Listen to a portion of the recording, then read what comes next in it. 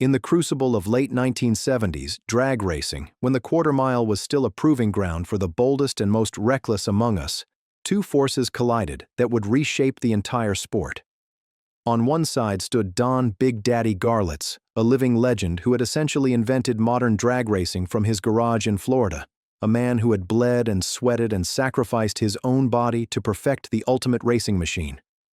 On the other stood Shirley Muldowney, a housewife from upstate New York who dared to enter a world where women were not merely unwelcome, they were despised.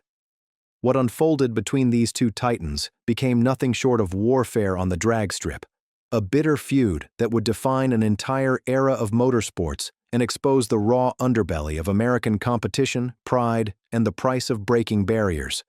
This is their story, the feud that split drag racing in two. By the early 1970s, Don Garlits had already etched his name into racing immortality. Born in Tampa, Florida, in 1932, Garlits was not a racer who followed paths laid by others. He built them himself. In 1954, under an oak tree in his North Tampa backyard, he constructed his first dragster using an arc welder, a cutting torch, and pure ambition. That machine, a modified 1927 Ford Model T Roadster with a 1948 Mercury engine block, would become the prototype for thousands of dragsters to come. He called it the Swamp Rat, a name that would become legendary. When he entered his first NHRA race in 1956 at the Safety Safari in Lake City, Florida, he set a time of 12.1 seconds at 108 miles per hour. He won, and he never really stopped winning. Throughout the 1960s, Garlits methodically demolished every record in his path. He became the first driver to surpass 170 miles per hour, then 180, then 200.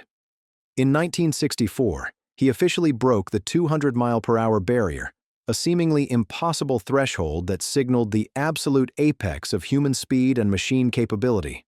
By 1965, he had set the mark at 220 miles per hour. The man was unstoppable, almost supernatural in his ability to coax more performance from his equipment, while competitors remained content with their achievements. But Garlits was never content. He pushed further, thought deeper, engineered harder. Then came catastrophe. On March 8, 1970, at Lyons Drag Strip in California, the transmission on his front-engined slingshot dragster exploded catastrophically during a run. The force was so violent that it severed a portion of his right foot and split the car in half in front of the cockpit. Most men would have hung up their racing suit for good. Most men would have accepted retirement as a blessing. Garlits did something different. He used the recovery time to revolutionize the sport. From his wheelchair, he sketched and conceived what would become the Swamp Rat 14, the first truly successful rear-engined, top-fuel dragster. By moving the engine behind the driver, he solved aerodynamic problems that had plagued the sport for years. When he debuted this innovation in 1971, he won the Winter Nationals and Bakersfield in the same season. The old slingshot design became obsolete almost overnight. Garlits didn't just win races. He fundamentally altered the physics of how people would race dragsters for the next 5 decades. By the mid-1970s, Garlits had accumulated 144 national event victories, 17 championships across different sanctioning bodies, and a reputation as the undisputed godfather of drag racing.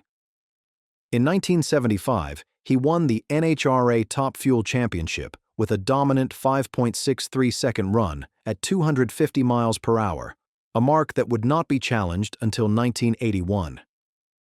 He had crossed the 250-mile-per-hour barrier, another supposedly impossible threshold that only Garlits seemed capable of conquering.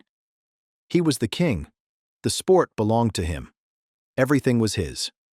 Until it wasn't. In 1956, the same year that Garlits was winning his first NHRA race, a young girl named Shirley Muldowney was living in Schenectady, New York, working as a waitress and building a life that matched the expectations of her era. She married a mechanic named Jack Muldowney, and for a time she played the role that society demanded: housewife, mother, support system. But something stirred in Shirley, something that couldn't be suppressed. She began racing with her husband on the empty roads outside their town. She was fast, then she was faster. By 1958, at just 18 years old, she made her first official drag strip appearance at the Fonda Speedway and knew immediately that this was where she belonged. This was her destiny. Getting there, however, meant navigating a landscape that actively despised her presence. Drag racing in the 1960s was a male-dominated universe where women were barely tolerated as spectators, much less as competitors. The NHRA enforced strict rules against women drivers, particularly in the upper categories. Muldowney fought through this discrimination with a ferocity that matched any male competitor, racing in lower classes, perfecting her craft in funny car competitions, building partnerships with men who could see past their own prejudices. In 1973, she suffered a serious burn when her funny car caught fire, but she refused to quit. That same year, she made a decision that would change everything. She decided to pursue her top fuel license. The problem was that no woman had ever been granted one. The NHRA required 3 signatures from established racers before a driver could receive their top fuel dragster license. Every male racer refused. The sport simply wasn't ready for women at the highest level, they said. The cars were too dangerous. Women couldn't handle the pressure. Women couldn't handle the physics. Women couldn't handle anything except accepting their place on the sidelines. Muldowney needed those signatures. She needed someone to take her seriously. In 1973, she approached the very man who now saw her as his future rival, Don Garlits. "Don't worry, she's not going to amount to much," Garlits supposedly said when he signed the paperwork. His cynicism would prove spectacularly misplaced. But Garlits did sign. So did Connie Kalitta, the legendary driver whose bounty hunter dragster had already cemented his place in racing history. And eventually, so did a reluctant third driver. The gate opened. Muldowney walked through. In 1976, racing a dragster provided by Connie Kalitta, Muldowney became the first woman ever to win a national event in top fuel. But winning one race was not enough. In 1977, just 4 years after receiving her license, she won the NHRA Top Fuel World Championship, the first woman to win the most prestigious title in American drag racing. She did it with 3 national event victories, dominant performances that proved this was no fluke. This was genuine championship-caliber racing. When she stood on the podium, she had fundamentally altered the trajectory of the sport. She had broken the barrier. The question now became, what would the old guard do to reassert their dominance? By the late 1970s, the collision between these two worlds was inevitable. Garlits had dominated the early years of the Top Fuel Championship, but Muldowney's emergence changed the dynamic completely. Suddenly, there was a legitimate challenger who operated outside the established hierarchy. She didn't come from California's elite racing families. She wasn't part of the old boys network. She was an outsider, just like Garlits had been when he arrived from Florida decades earlier. But unlike Garlits, Muldowney had the added burden of being a woman, which meant that many in the sport viewed her success not as an achievement, but as an affront. The early encounters between Garlits and Muldowney on the drag strip were tense, competitive, and increasingly personal. When 2 dragsters line up at the starting line, separated by just a few feet, and traveling at speeds exceeding 300 miles per hour, there is nowhere to hide your emotions, your determination, your desperation. Every race is personal. Every race is war. Garlits was not accustomed to being challenged, particularly not by someone whom he had essentially approved when she needed his signature. The presumption was that Muldowney would be grateful, that she would know her place. Instead, she proved to be his equal, then his superior. Her 1977 championship, her first of 3, came when Garlits failed to win his own. The crown that had seemed like his birthright had been claimed by someone entirely different. What started as competitive rivalry began to carry an edge of something darker. In the pits, in the staging lanes, in the administrative offices of the NHRA, tensions escalated. Muldowney would later describe arriving at Garlits' home region in Florida and discovering that conditions on the strip had become nearly hostile. Fans who idolized Garlits were not pleased to see their hero challenged by a woman. The physical altercations began. Her son, John, who worked on her crew, found himself in confrontations with spectators. She found herself facing a level of animosity that went beyond normal competitive rivalry. Other male racers seemed to coalesce around Garlits, treating Muldowney as an interloper who needed to be reminded of her place. But Muldowney would not be intimidated. For all the hostility she faced, she possessed something that many overlooked, a competitor's heart that matched Garlits in every way. They were both outsiders. They were both willing to sacrifice everything for victory. They were both, in their own ways, revolutionaries. The difference was that Garlits had been accepted by the sport because he was reshaping it on terms that the male-dominated establishment could understand and appreciate. Muldowney was threatening not just the order of competition, but the fundamental social order of the sport itself. The more she won, the more they, and particularly Garlits, seemed to despise her. By the early 1980s, the Garlits-Muldowney rivalry had evolved into something that transcended normal racing competition. In a recent interview, Muldowney recalled with brutal honesty, "He hated me. I hated him." It was warfare out there. The battles became the stuff of drag racing legend, marked not only by blazing speeds and dramatic victories, but by genuine animosity and reckless tactics. One of the most insidious tactics that Garlits employed was manipulating lane choice. At the starting line, the quickest qualifier typically had the choice of lanes. But Garlits, according to Muldowney, began simply taking the lane he wanted without regard for the rules.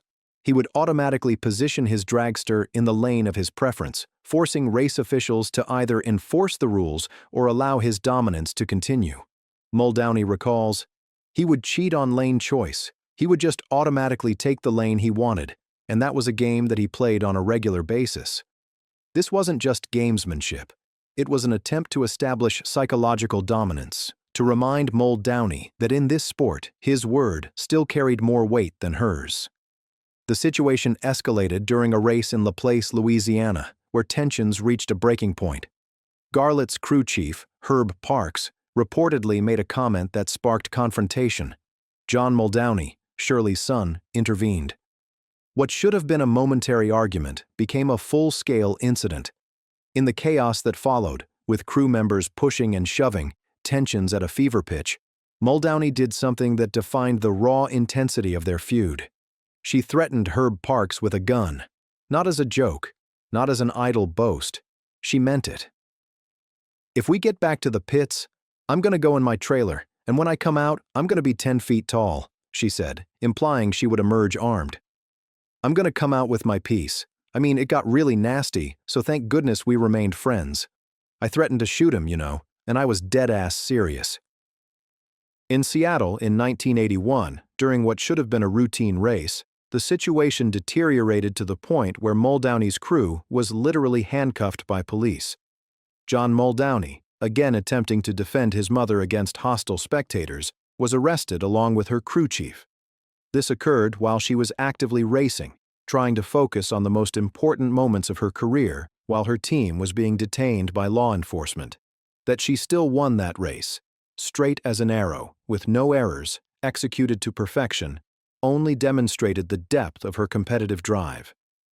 These weren't isolated incidents. They were symptoms of a culture within drag racing that had largely rejected Muldowney's presence. Male racers, crew members, and fans viewed her as a threat not just to their competitive dominance, but to the identity of the sport itself. Garlits, whether intentionally or not, became the focal point of this resistance. Every time they lined up against each other, it wasn't just about who was faster. It was about whether the establishment would bend to this new reality or whether they could find a way to restore the old order. The 1980s saw an extraordinary period of competition between Garlits and Muldowney, punctuated by individual brilliance and genuine moments of terrifying drama.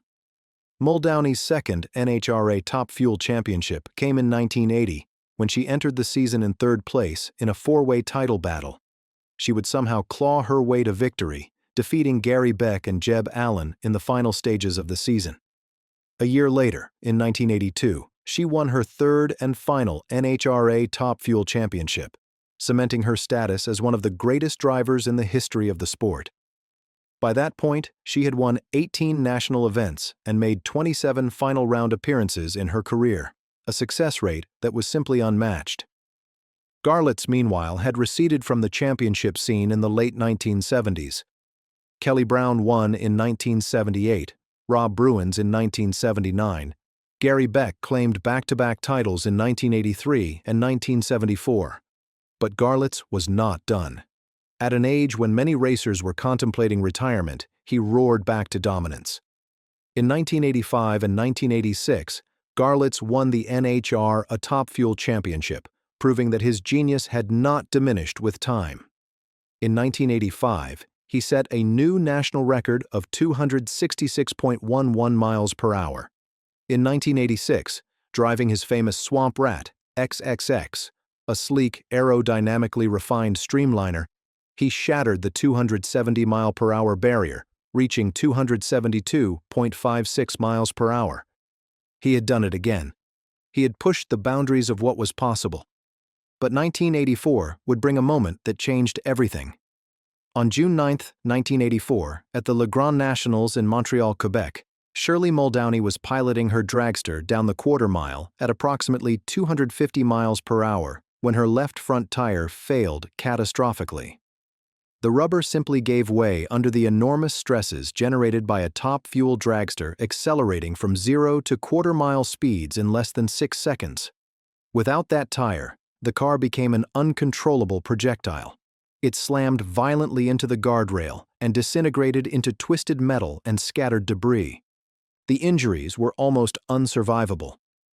Muldowney suffered a shattered pelvis, broken bones in all 10 fingers, severe trauma to both legs that doctors initially feared would necessitate amputation.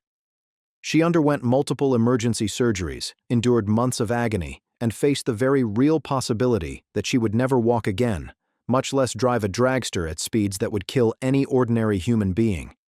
She was, quite literally, at death's door. The fact that she returned to racing at all was remarkable. The fact that she did so within 2 years and resumed her career at a high level was almost incomprehensible. When she returned to the drag strip in 1986, fans wept.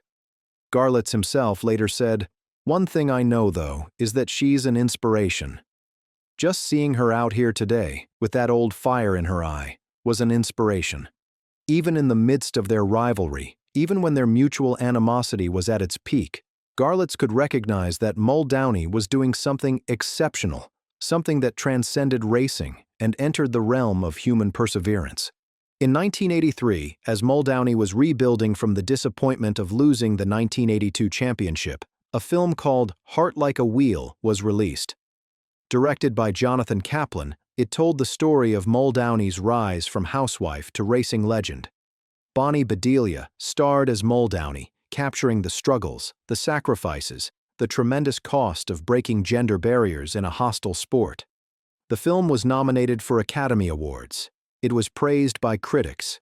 It brought national attention to Muldowney and the world of drag racing in a way that nothing had before. Garlits was furious. He felt that the film portrayed him in an unflattering light, that it made him look foolish, that it elevated Muldowney's story at the expense of his own historical importance. He gave interviews criticizing the production. He complained about how he was depicted.